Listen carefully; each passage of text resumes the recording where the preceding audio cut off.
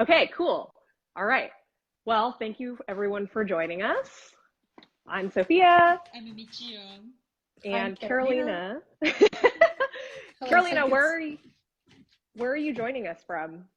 I'm joining you from Philomath, Oregon, where I'm on retreat. Are you having a good retreat?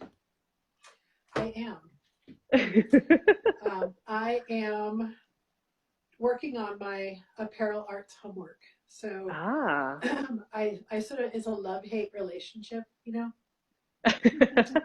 So, yeah. Yeah. Well, thank you so much for joining us for Office Hours. We're going to be answering some really great technique questions that people have submitted to us, a real international group of people. I'm going to be manning the comments on the video, so if we have some follow-up questions, I'll try to put them in there, and hopefully we'll get through all of our questions, and we'll try to get through everything the best we can. Sounds fabulous. Hi, Okay. everybody. So our first question that we have today is from Alina Paredes Tribal Belly Dance in Spain. So hopefully she's on right now. So her question is, in the pivot bump, if you set up or cue the movement in a count of 4, do you execute the subsequent turns in counts of 4 as well? Like if you cue the pivot bump 1, 2, 3, 4, do I have to also do the turn in 4 counts as well? Does it matter if I do 8 in the turn and vice versa? I remember at one of the Fat Chance classes at the studio, we were told to do this for cohesion, but when I teach this, I'm in doubt as to how important this is, so I just want to clear it up. So thank you for that question, Alina, and we're going to let Carolina answer this one. Yes, I will answer that one. So, Alina, that's a really good question. And I would say that overall, everything can be done in 4s, right? Because most Egyptian folkloric music is easily broken down into 4s. So when you're learning something like the pivot bump and people really want to know exactly what should I do, I would probably say cue it for 4, turn it for 4, and go into something else on 4. But the reality is that you may or may not land on the beginning phrase or the measure of the music. So if you end up cueing for 2, holding for 2, turning for 8, or maybe turning for 6, holding for 2 more, that's okay too. So it's not mandatory to do the pivot bump in 4. I think it would be really boring if you always did it in 4. And I feel like, holding the bump and then releasing the bump and then holding the end of the pivot bump is what makes the phrasing of the music really come alive. So feel free to do that. There are a few steps where you really want to stick to 4s or 8s, like the shoulder shimmy, which is not a pivot bump move. But in the shoulder shimmy, I really want to see 1, 2, 3, 4, 6, 7, 8, and 1, 2, 3, 4, 6, 7, 8. Like I wouldn't want to see that diminished to 2 or to 4 counts. I would really love to see all 8 counts. In something like the arc arms, I really do prefer to see it all in 4s, although I'm sure I break that rule myself. But for instance, like in the arc arms, I'd like to see a really strong profile. And I'd like to see 1, 2, 3, 4, stop. 1, 2, 3, 4, stop. 1, 2, 3, 4, stop. 1, 2, 3, 4, either to here again or 1, 2, 3, 4, arms overhead, and you go where you're going. In fact, now that I just demonstrated that, I'm wondering if that's the one that you're thinking of, because the arc arms in the video, I say that the arc arms don't really have a count, but it's a good idea to use 4s. And at this point, I would say it's really good to do the arc arms in 4s. So hopefully that answers your question. Great. Yes, I think also the 4 for 4 4 4 4 for arc arms also becomes really important for shell game. That's definitely very structured in terms of the count. So it's good to get it into your muscle memory. Right. Okay, so next question is from Sonia in Germany. She says, in today's practice, I'll jump on here so people can see me, we found out that we are not totally sure about the correct angle in the fade position with Arabic double turn with fade. Do we stand in fade position flat to the audience on 3 through 6 after the first fade in order to fit the rule? Or do we stand in performance angle because our Arabic looks better and it is more like a combo and we fade back again? Anyway, so this is related to the next question that we'll get to, which Michio will handle. But just looking at Arabic double turn with fade, the angle that you're going to want to get to is going to be perpendicular to the audience. So Michio, we're just two today over here, so we can demonstrate the fade for you, but just know that this is not a thing that happens with two. Another dancer here. Yes, an imaginary third dancer. So we're going to start in our Arabic. Oh, yes. Can I just interrupt you for a minute? I don't know if it looks this way to the rest of the world, but the way you guys are right now, it's a mirror image. So when you said turn into the profile, it showed up to us like this. Ah, yes.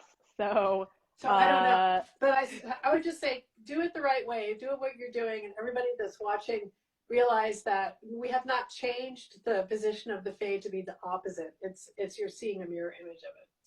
Yes. So the video is just flipping, but everything is the same. Don't worry. We are not. Yeah. Yeah. Don't worry. Everything's the same. We're not leading from the right anymore. We're not leading from the right here. Okay, so in our Arabic, you're going to do the first one in place. So 1, 2, 3, 4, 5, 6, 7, 8, 2 turns. 3, 4, 5, 6, 7, 8. And then you're going to cue the fade here while you're also doing the plunge. So you're going to turn your dance angle perpendicular to the audience and fade back on 1, 2, 3, 4. Cue 5, 6, 7, 8. Spin 1, 2, 3, 4 in place. 5, 6, 7, 8, and then repeat. 1, 2, 3, 4, 5, 6, 7, 8. 1, 2, 3, 4, 5, 6, 7, 8. So you're fading on the 1, 2, 3, 4 with the plunge, and then you're executing the cue and the turns in place. So hopefully that answers your question about Arabic double turn fade. I'm going to pass our microphone off to Michio. So talk about fades in. Yes. Hi, everyone. So the third question was from Destiny from North Carolina. Thank you very much. Is it true that we take a deeper dance angle when doing Arabic and body wave? Question. If so, when in a faded formation, do we stay flat to the audience, or do we still give these two moves a slight angle?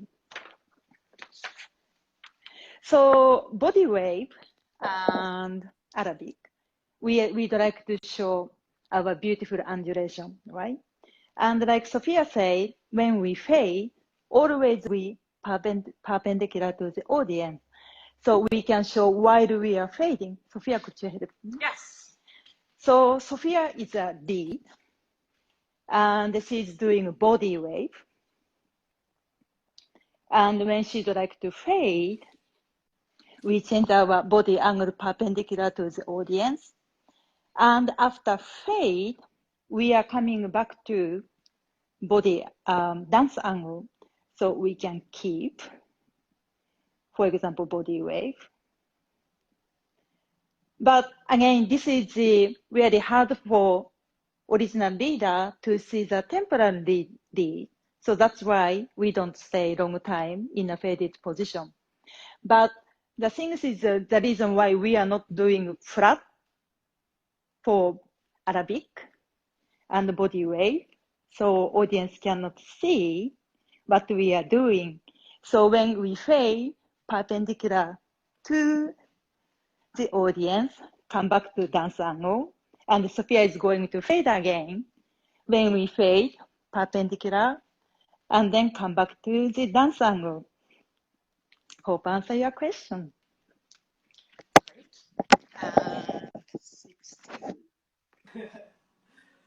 Hey, can I step Next in for a question. minute? Yes, of course, anytime, Carolina.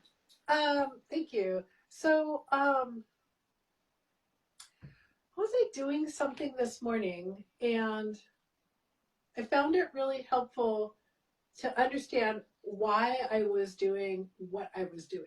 Now I wish I could remember what the example was, but so a lot of, all of your questions are totally valid, and we are more than happy to answer them, because it's just great to have a discussion in general. So don't stop asking the questions. But a lot of times I think you could find the answer if you look at why are we doing what we're doing. So for instance, what Michio just said about the body wave is, if you do it this way, we can't see it, right? If you do it this way, we can see it. So when we decided to make it a fade, we turned it completely profile to the audience so that you could scoot the skinny part of your body past the other dancers and also still see the movement. Whereas in other faded movements, we're here and we're just flattening out as a cue to the other dancers that we're going to move. But if in a two-sided movement like the Egyptian, you can still see the movement while you're fading. So in regards to the question for me about the pivot bump, I don't think that one would benefit from knowing why you're doing it, because you're just turning around in a circle. So maybe that one wouldn't have lent itself to that sort of extra examination. But in general, with ATS, what we're doing is showing women with uplifted arms carrying flowers to the audience. So if whatever you're doing looks like a spider, in a dark web under a stairway, that's not right. So I was trying to think, like, how can I not? No offense to spiders, however, they do kind of curl up in a ball, and it's not exactly joyous. So it's joyful nature that we're trying to portray. And now, right. Please carry on. Yeah, and I mean, just to add on to that, since we're talking about fades, I feel like the same logic applies to, fading with shimmy. If you think about why you're doing it, you're not going to fade your shimmy like this because you can't see anything. So it makes sense that you would fade flat just as you would with the Egyptian step. I feel like it's a good universal question to ask yourself, like, why are we doing the thing that we're doing? We can show the shimmy. Shimmy fade. Shimmy fade.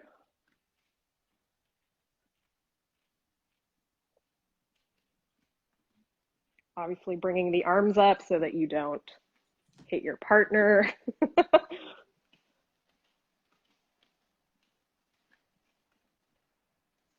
Great. Okay, moving on. So our next question is for Carolina. Oh, did I skip one? Oh, let's do Arabic hip twist first, and then we'll move on to Alabama twister. Okay, so Carolina, this question's for you. It's from Anja in Germany. Could you please explain the timing of the floreo during Arabic hip twist? I was told that my timing is not on point, but I find it hard to find the correct timing. So timing on the Arabic hip twist floreo. Okay, so let's see. So if I'm in an Arabic, 1, 2, 1, 2, 2, 1, 2, 1, 2, 3, 4, 1, 2, 3, 4, 1, 2, 3, 4, 2, 3, 4. So the timing, I can't say it if I'm not doing it. So the timing is 1, 2, 3, 4. 1, 2, 3, 4. 1, 2, 3, 4. 2, 3, 4. 1, 2, 3, 4. 1, 2, 3, 4. And I can imagine that the timing might look off or feel off if people in your group have varying range of motion in the wrist. I think I have a pretty deep range of motion, so my floreo is pretty deep. 1, 2, 3, 4. And some people's wrist bones are not as round, so you might end up more out here. 1, 2, 3, 4. So if it's that, then maybe the hands don't look the same. It might not be the timing that's off. It just might be range of motion. And to a degree, you can develop a little more range of motion by literally just, working on the flexibility in your hands and your forearms. But then there's a certain degree where you can't, where it's just going to be where you are. So if you happen to have a more shallow floreo because your wrist bones are a little more square, just make sure that you're not speeding up or going faster than the other people with the deeper range of motion. And all of that should be locked into the music. So even if you have a more shallow wrist and you had 1, 2, 3, 4, 1, 2, 3, 4, you should still be able to stay on count with the music. So let me know if that helps. Okay. Let me check to see if there's any follow-up questions here. I'll hand the mic over to Michi for our next. So the next question, Ana Maria from Brazil, thank you. No, sorry, that's sorry. Mary Ruth, sorry, I can, switch order. From Colombia. So, hello. Could you please explain the Alabama Twister, particularly the count? So, Alabama Twister is a family of Arabic hip twist, and Arabic hip twisters are flourish. So, count is exactly the same. The cue is turning right or left. So, once we start to do Arabic hip twist, just Carolina explained. And when we do a flourish, 1, 2, looking at right, 3, 4, complete, 5, 6, 7, 8. So the Alabama Twister, now I'm going to demonstrate facing away from you guys. So Alabama Twister, start from half turn. So you should be in a half turn, and the cue is 1, 2 is looking at left instead of right. 3, 4 finish the other side. 5, 6, 7, 8, and coming back to the audience. So showing facing to you. 1, 2, 3, 4. 1, 2, 3, 4. 1, 2, 3, 4. 1, 2, 3, 4. Q, 2, 3. Excuse me. Q, 2, 3, 4, 5, 6, 7, 8. Ta-da! This is a count for the Alabama Twister. Any question from the audience? Follow-up question yet. So let's just move on to the next one, which I will take. Okay. Question comes from Anna Maria in Brazil. She says, I hope it's not too silly of a question. I'd like to know if it's okay to do the stagger rotation or if it is too old schoolish. So stagger rotation, I'm familiar with the term in through ITS because that's what they call their rotation in a stagger being a formation that's larger than 4 people. We don't use a stagger rotation in performance. You may have seen it in a workshop as a drill. So oftentimes if we have a large group of dancers and we're just drilling some movements, we might set up a stagger and have everyone rotate one place over in a stagger formation, but that's strictly for class use for drilling, and it's not something that we would use in performance. If you're setting up a big stagger on stage, you would want to circle up just as you would with any other formation in order to change the lead. So it's not a silly question, totally legitimate question. So no, we don't use a stagger formation, a stagger rotation in performance, but totally okay to use for drilling in classes. Okay, so our next question is for Carolina. Comes from Anna in Poland. She says, I have doubts about the arms in double back. I learned it a long time ago from many teachers, and I'm just confused what the proper way to move my arms is during this combination. Where do they go exactly in every second? And are they in constant motion, or do they stop in some moments? Please help me. So hopefully we can provide some help to Anna. Oh man, Anna, where do they go in every second? Yikes. That's a good question. Well, okay, so let me channel my inner Mega and Deanna on this. And so the double back, so let's say I'm dancing 2, 3, 4, 2, 3, 4, 1, 2, 3, 4, 5, 6, 7, 8, 2, 3, 4, 5, 6, 7, 8, 2, 3, 4, Q, 6, 7, 8, 2, 3, 4, 5, 6, 8, 1, 2, 3, 4. Oops, lost my footing on this mat. So there should be no stopping in the arms. I don't know if I just stopped with my arms. The way that Mega describes the double back is that it's like a swan, cruising. The upper body is like the swan, looking really elegant, while the lower body is doing something else completely. So after your Q, 2, 3, 4, 5, 6, 7, 8, the arms are just doing these circles, while the lower body has the little bump, bump, bump, bump, bump, bump. Oops, I shouldn't be turning out that much either. Stay right here. Carolina, where's my corner. Could you back up a little bit? So your arms are getting a little bit cut off in the video. Yeah. Then I have to kind of go. Perfect. Now you're sequestered to the corner. Yeah, if you can see me. I can't really see myself, so I don't know what I'm doing. Okay, so 1, 2, 3, 4, 1, 2, 3, 4. Q, 2, 3, 4, 5, 6, 7, 8. 2, 3, 4, 5. Don't turn your body up. 2, 3, 4, 5, 6. Q, 2, 3, 4, 5, 6, 8. So these sort of flowing arm movements are what you're after. And it might be easier if I show you what not to do. So what you don't want to do is 1, 2, 4, Q, 2, stick, stick, stick, stick. So this is not it. Do, do. Stop, stop. So you don't want that arm to stop while you go bump, bump. What you do want is constant flowing, constant flowing.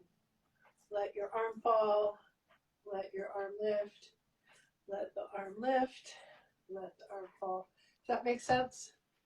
I hope that makes sense. Yes, makes sense. Yeah. You're aiming for constant motion. Constant motion in the arms while the hips are doing their thing. And just avoid, if you find yourself hanging here with your arm, stick, stick, stick, stick, that's not correct. Got it. Okay. Thank you, Carolina.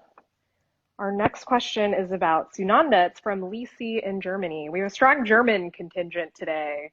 Her question is, I would like to be sure about Sunanda. Do you turn the whole body all the way to the sides? And it's a shimmy variation, so the heels are lifted, right? So the short answer is yes and yes.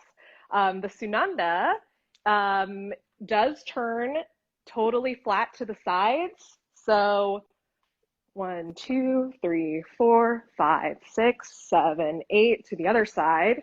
3, 4, 5, 6, 7, 8. So you want to get your hands lined up, which is why this is not, you're not going to be able to do it if you're here at dance angle. You really are going to be flat to this wall and then coming back pretty much flat to the audience. So it's a very sort of angular movement in that way. And again, here your hands are lined up so you're flat to this wall. And then it is a shimmy variation, so you should be on the balls of your feet. You don't have to be fully extended. You know, you want your knees nice and soft and you want to be comfortable so that you can access those hip movements. So yes, flat to the sides and on the balls of your feet. Anything to add, Carolina? No. Okay. We're making good time today. Yeah. I know. So this is actually our last question, but we'll field some live ones maybe. Let me switch with you. Yeah. Okay. So I'm going to keep you this side so you can hear. Yes, thank you. I'll give you that. Okay, so last question for today from the event page is Honor Travel from Germany. Yay, Germany. Germany. Yay. So I have a question about the chorus. As far as I'm remembering, big chorus shape is more like swish than a half circle, right? Question. I'm going to answer soon. What my big thinking problem is the last person in the chorus. That's a good question. Especially the alignment in the hip bump. Yes, I know. I've learned it long time ago, but I've totally forgotten about it. Please, could you please help me? Yes, we will help you. So the first chorus shape is a big, nice half moon shape. And always we keep the same distance. So we have only two. Imaginary. We have a lot. And once Sophia going to the future dance place, and I have another dancer around me, but I always look at the big shape and also between the dancer. So if I have a big space here, I'm going to adjust this way. If I have a big space here, I'm going to adjust this way. And first question, chorus is always nice half moon shape. And important is the future dancer come out from the chorus, not merge in a half moon shape. So future dancer is going out to the chorus. So now we can see from any position, we can see the chorus leader. But make sure half moon shape and we keep the distance. And then now important is the Sophia is a chorus leader. So imagine we have many chorus dancer here. I have to fit it here. Just put it in the very. Yes. And the importance is always chorus leader is make a dance angle and step in one step in front of the tail dancer. So now tail dancer can see the lead dancer. If coming to here and then everyone comes to line up, depend on the angle, really hard to say. But end dancer is a one step behind the chorus leader, and the angle for this person is difficult because of the everyone have a big half moon shape in front of you. Make a dance angle to each half moon shape. So like angle is moving like this way, but the last person is making to the feet is making to the dance angle, but upper body is open to the audience. So if I ending up here, looks like closing, but angle is like this. So the question for the hip bump is the lower body is following to the half moon shape. Upper body is opening, but hip is keep your dance angle. And hope this answered your question. And any other question for the Chorus. chorus? No? You got it. So, Mhm. can I step in for a second? Yes, please.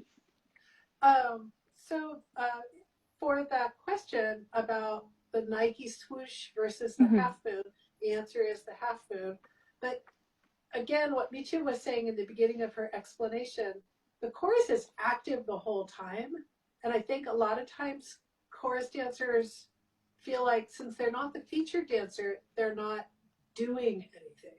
So they just stay in one spot. But that's not correct. The chorus is constantly readjusting itself, as Michio Mhm. said. So trying to maintain that smooth half moon shape means that you might move forward, as Michio said, or back. And as new people, as featured dancers move out, you have to readjust. As featured dancers move back in, you have to adjust. And I think that swoosh shape happens when dancers are maybe featured dancers are exiting back into the chorus towards the front of the line, and it starts to get really um, tight and curled, or towards the back of the line, and they're just not aware of the fact that they have lost that angle. So remember that when you're in the chorus, you are completely active. You're just as vital as the featured dancer. The chorus is not static, it's constantly moving. So just always checking in. And one of the other things that I say is, we have a rule in ATS that you never look over your shoulder, right? So you never come out of the chorus to be a featured dancer looking to see what's going on around you, right? You walk directly out and you pivot around to see what's happening. Everybody's where you thought they were going to be, and then you start to dance. But in the chorus, when you exit back to the chorus, you exit. Then you turn when you get to that magic line. You look to see where you want to go. You look right in between the two dancers that you want to slide into. They see you looking. They step apart so that you can slide back in. And then once you get to the chorus, you do look forward, but you do also look back. Not constantly, but if I'm in the chorus in this position and featured dancers have just come out from behind me, it makes total sense for me to look behind me and fill up that spot. So again, why are you doing what you're doing? In the chorus, you're presenting that half moon backdrop to the featured dancers. And in order to maintain that, you need to look around yourself occasionally to see what's happening. So then I'm going to look at this from the audience's perspective, right? So why do you not look over your shoulder while you're dancing if you're the featured dancer? Because it looks like you don't know what you're doing. It's a really weakened presentation if you walk out and you look like, I don't know, did my people follow me? It looks confused and it's just not powerful. And what you're trying to present is a powerful feminine presentation. So when you're a featured dancer, you would only pivot around or create turning motions to see what you need to see. But in the chorus, if I'm in the audience and I'm looking at the chorus dancers and I see people exit or enter the featured position from behind this dancer and I'm completely clueless and I'm not moving while everything is kind of getting just uh, falling apart back here, the audience is watching this sort of weak presentation, right? But if dancers walk from behind me onto the stage and I look and I step back to fill up that hole, from the audience's perspective, it looks like the whole organism knows what's going on. Yeah? So what we really want when the chorus takes the stage and the featured dancers come in and out of that space is for the audience to see this whole group of people are working together and they know exactly what they're doing and where they're going. So that's a very long explanation of why it's okay to look over your shoulder occasionally in the chorus. So you look like it's here. I can make it really quick. As a feature dancer, when you look over your shoulder, you look like you don't know what's going on. As a chorus dancer, when you look over your shoulder, you do look like you know what's going on. Hopefully that helps. Thank you, Carolina. I think also that was another reason why after finish the dancing and back to the chorus, people going back to the end of the chorus because of the hesitate to look at the back and the coming to the middle of the chorus. Right. Really easy to come to the end. And then also class purpose, we practice sometimes come out from the center and then going back to the side. And then they keep that concept to the performance. Right. And, almost everyone come to the display and then forget about adjust ourselves. That's why, chorus become like a heavy tail and then looking at the easy position to look at the chorus leader. So like Carolina said, we can look at over the shoulder when we come out, going back to the chorus. So just depend on where you are, eye contact, and then just naturally blend to the chorus will be prettier than everyone going to the side, I think. Yeah, I think also, right, Michio, that's a really good point that a lot of times dancers are uncomfortable stepping in front of another dancer as they step back into the chorus. And yes, that would look awkward to the audience if the dancer, so if I just stepped in front of myself and the look on my face was like, what are you doing stepping in front of me? That would look really awkward, you know what I mean? Which is why as that featured dancer steps back, they look where they want to go. Those two dancers open up for that dancer to slide in. They're like welcoming her back into the chorus.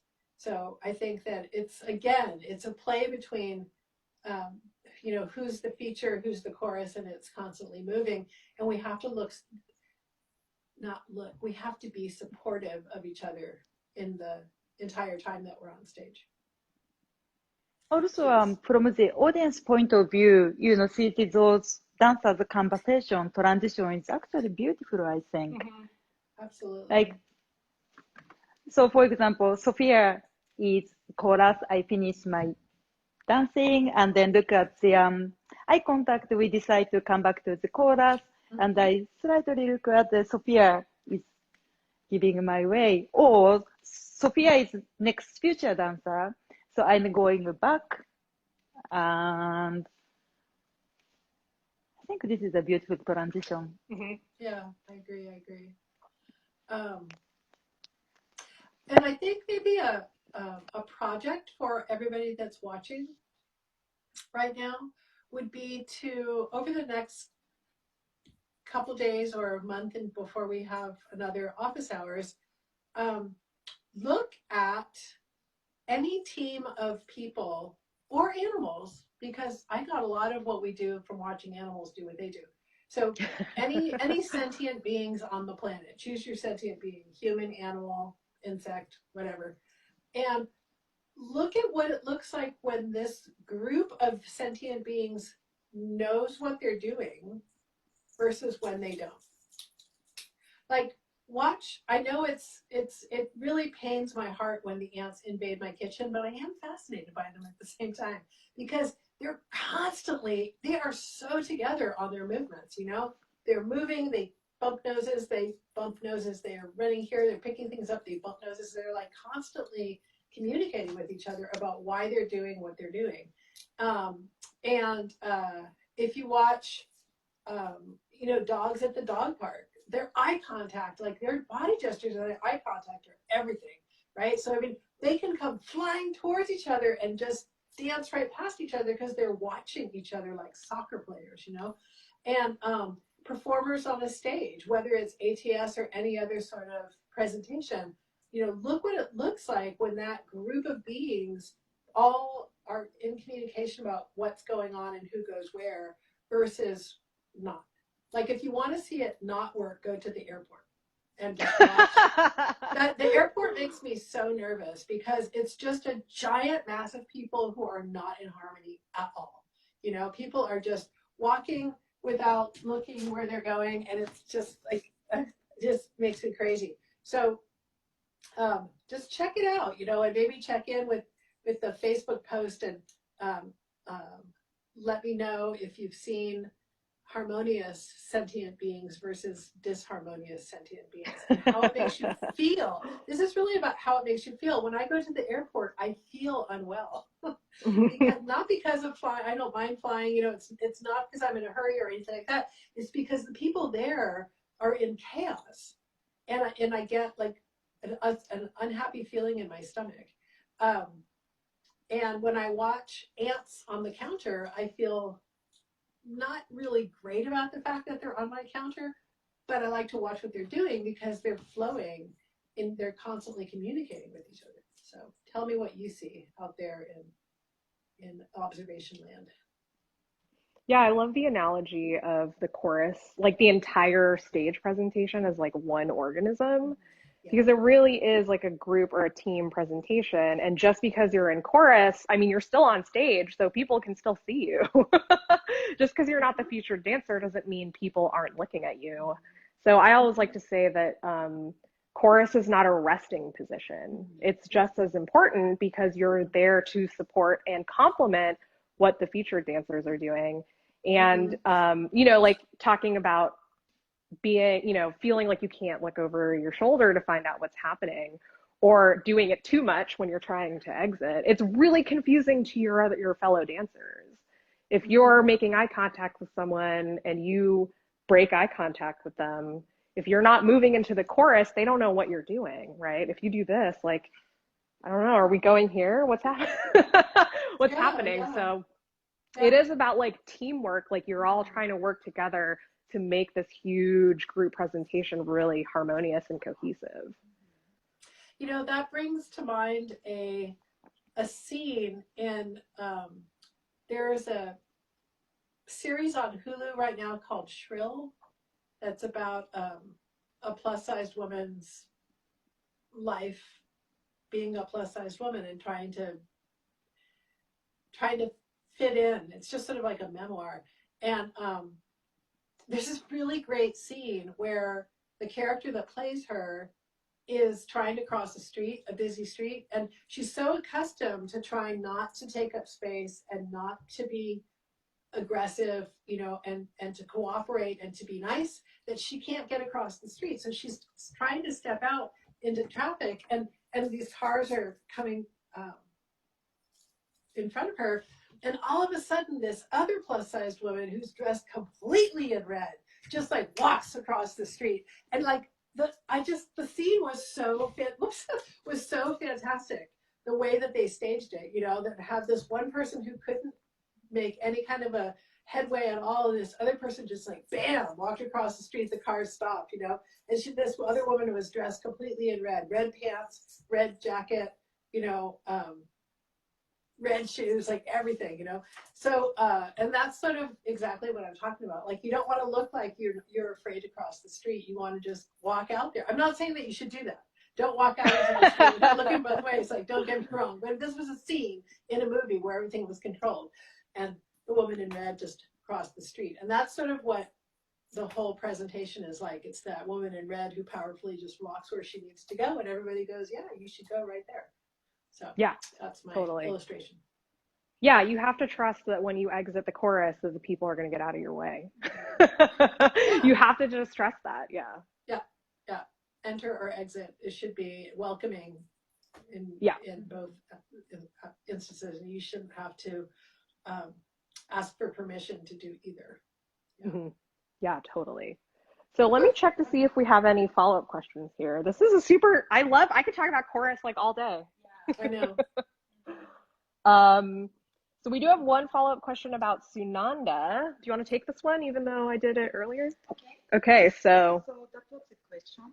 yeah, let me switch with you.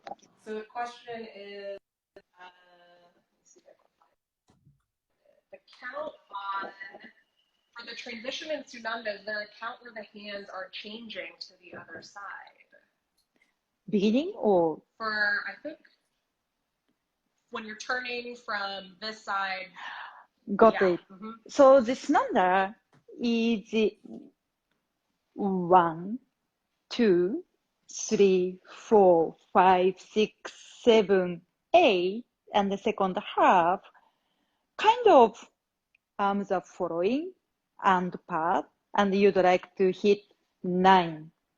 So let me start again. 1, 2, 3, 4, 5, 6, 7, 8, and 9, 10, 11, 12, 13, 14, 15, 16. That makes sense. Carolina looks right? Yes. Yes. So It's let me. it's a mirror image. I can try. No. Okay. I didn't mean that you should have said the like 1, 2, 3, 4, 5, 6, 7, 8, and then 9, 10, got 11, it. 12, So 13, audience 9, are 10, looking 11, at 12, 13, Mirai. 14, 15, 16 is a mirror image of what you started with. Not you, Michio, a dancer who's doing this. Okay. Yeah. 1, 2, 3, 4, 5, 6, 7, 8, and 9, 10, 11, 12, 13, 14, 15, 16. And maybe you can change to another movement. Mm-hmm. So during the and. Yeah, so transition is during the and right arm is following the left, like kind of 90 degrees, then 9. Mm-hmm. Yes. Great. So we have 9 minutes left. Okay. We have 9 minutes. Was another question, which we kind of went over this in our first video, but since we have some time, let me pull it up. It was a question on the angle of the Egyptian in half turns. So I don't know if Carolina wants to field this one. We talked about it a little bit in the first video. So we have an April, May, and June, right? Office hours? I'm sorry, I was writing down a note. What am I answering? So we had a question about the angle on the half turn for Egyptian, which we talked about a little bit in our first office hours. But since we have a little bit of time, I thought I would just throw that out there for us to discuss again. So if you would like to take that one. I would. Okay. Okay.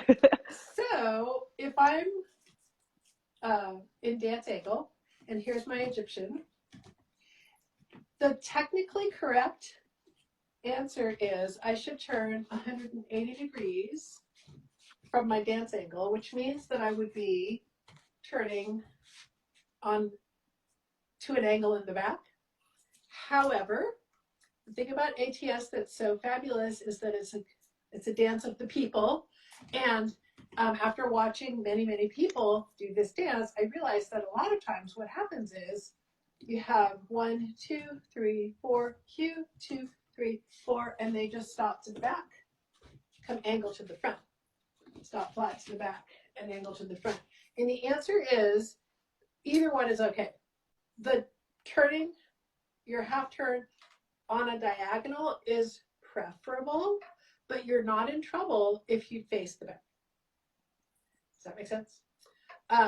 Because it's just what happens, especially if you have a flat wall behind you. You might just be, you totally feel your dance angle to the front. You might not feel your dance angle to the back. You might also be following somebody else who's in your formation, who's sort of being intoxicated by that back wall and facing that direction, and so you want to match them. That's okay too. The other thing that tends to happen is because the Egyptian is such a big movement, it sometimes, especially in the turning, ends up flat to the front, flat to the back, flat to the front, flat to the back. And then the dancer will naturally dance angle themselves into a different step. It's because the Egyptian is so big and so easy to see. So even though the angle is correct, more correct and preferable. You don't miss anything if it goes to the front, directly to the front of the back, because it's so big, everybody can see what you're doing. And it doesn't, whereas like, just to sort of segue ourselves back to the beginning, when we started out talking about body wave in Arabic, if I did this, it sort of looks like a bad dream, you know what I mean? Versus if I go this way, you can see the undulation in the body. So what are you trying to do with this step? What do you want us to see? And in the Egyptian, you're gonna, whether it's here or here, you can still see what it is. But that is not permission to just default to always going front to back, because then I'm going to come after you, because I have spies everywhere, and I will know if somebody is getting away with that. I will come to your country and I will make that correction for you. Now, don't make that just so that I come to your country. You just invite me and then I'll come. But so yeah, so you understand what I'm saying. It's okay if it ends up front to back, but that's not preferable. What's preferable is the diagonal. Yes. I think also for the people watching who are instructors, that we often have a tendency to flatten out the movements, because when you're in front of the mirror, it's a lot easier to just go front to back. But it's important to remember that we still have dance angle. Right. Yeah, that's true. The mirror in a classroom can definitely pull you. That's the intoxication, is the mirror, right? Yeah. Okay, so we have 4 minutes left. Lisi asks if there's still time. Are there slight twists in the circle step? Yeah. So Lisi, maybe do you mean in the hip? Like, is there like a twist here? I'm not sure what the question is. Do you want to? Okay, Carolina's got this one. I do. So there's been a lot of confusion about the circle step. And what is a simple weight shift has become a heart shape, a twisty bean, a kidney bean shape, all kinds of things. So all it is this. I'm in performance angle, I'm doing my taksim. My circle step goes like this, and then back like that. And what just happened there was not a twist. It was my weight going into my heels, along the outside of my left foot, into the toes of my left foot, into the toes of my right foot, outside of my right foot, into my heels, and centered again. So you could really feel this one in your feet. So if you just rock your weight into your heels, then push all your weight to the outside of your left foot, all the weight into the toes of your left foot, then switch to the toes of your right foot, then go outside of your outside of your right foot into your heels and solid again. That's what's happening in your hips. So again, heels, outside left foot, toes right foot, outside right foot, heels, and center. And then what creates even more of a optical, it's not an illusion, it's what enhances the movement even more is what's happening with the floreo, right? So the floreo is following you, heels, outside of left foot, toes of left foot, toes of right foot, outside of right foot, and heels.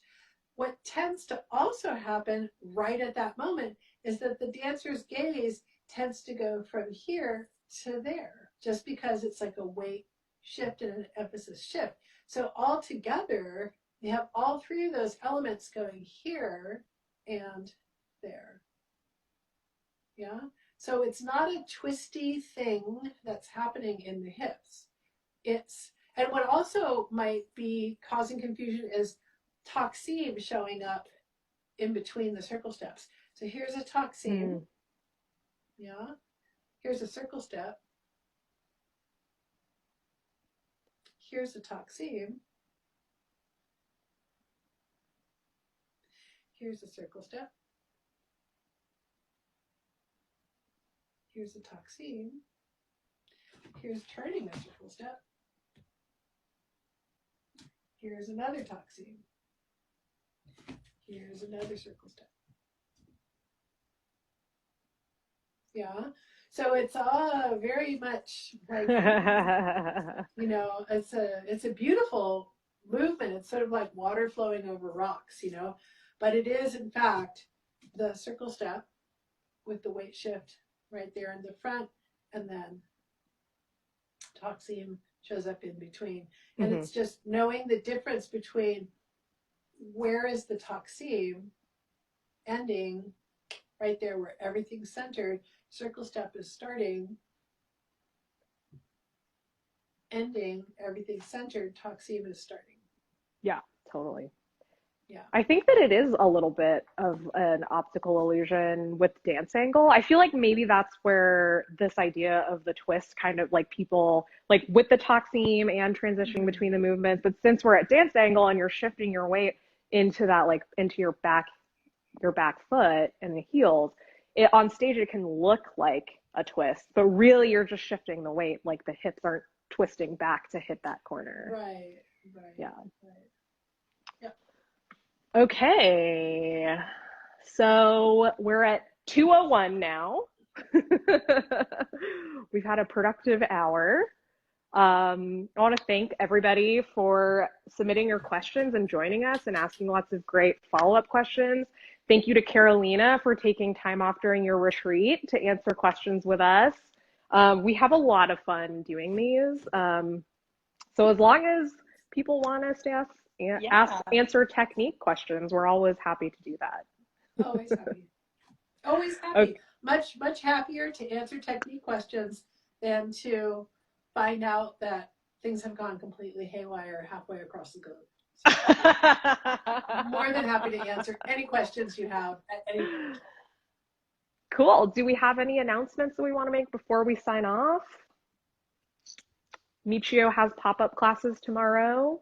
Yay. I don't know if you want to talk about that a little. No, just a pop-up for the Bay Area people for 2 weeks. Yes. I'm offering the 2 weeks pop-up series at the Symbolic Dance Studio in Mission 6:30 to 7:50. I'm doing just a quick warm-up related to the movement. First day tomorrow is the undulation, body wave, and Arabic. And the second week, next Monday, is the co-cross working for Taksim and Egyptian. So if you're in the Bay Area, please come see me and say hi and dance together. Yeah. And then in September, we have Picky Technique. Oh, yeah. So September, the date is totally 14th. September 14th. So Carolina is going to do her awesome Picky Technique class. So also if you're a Bay Area or you can travel in to the Bay Area, come and bring all of your Picky Technique questions to Carolina. 3 hours. 3 hours. 11 to 2 p.m. Yeah. And the answer to all the Picky Technique questions will always be, what is it that you're trying to do? And then we'll figure it out. What do you want to present? What's the hang up? And then we'll figure out the most efficient anatomical way to get where we want to go artistically. Awesome. Yeah. Okay. Well, we look forward to seeing you in person. Yeah. And stay tuned on Facebook for when the next office hours will be. And thanks again for joining us. Thank you. See you. Bye, everybody.